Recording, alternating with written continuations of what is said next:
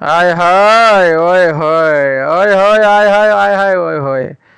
जी हाँ, पवन सिंह यानी कि पावर स्टार कल अचानक से उनका मूड बदला और उतर गए पटना में और कर दिया लाइव गाने की शूटिंग। नमस्कार, मेरा नाम दयाशंकर ओझा है और आप देख रहे हैं टेक टू भोजपुरी। देख क्या रहे हैं, लाइक कर दीजिए। देखिए, एक तरफ तो खेसारी लाल जी का क्रेज अपने पुराने गाने और जो नया रिसेंट में गाना आया है उससे खेसारी जी के फैंस काफ़ी सपोर्ट कर रहे हैं। और प्रिया सुहानी वायरल गर्ल, खेसारी जी के ऊपर गाना बनाने वाले, खेसारी जी के गाने पे डांस करने वाली, उस उनका वीडियो वायरल हो रहा है। लेकिन एक तरफ पवन सिंह ने आय हाय ओए कर दिया और बौद्धो बाटी गांड फटी सबकी फटी करके रख दिया। पटना के लाइव लोकेशन जो मतलब मेन रोड होता है, रात को आधी रात को शूटिंग हो गई और गाना बहुत जल्द आपको देखने को मिलेगा।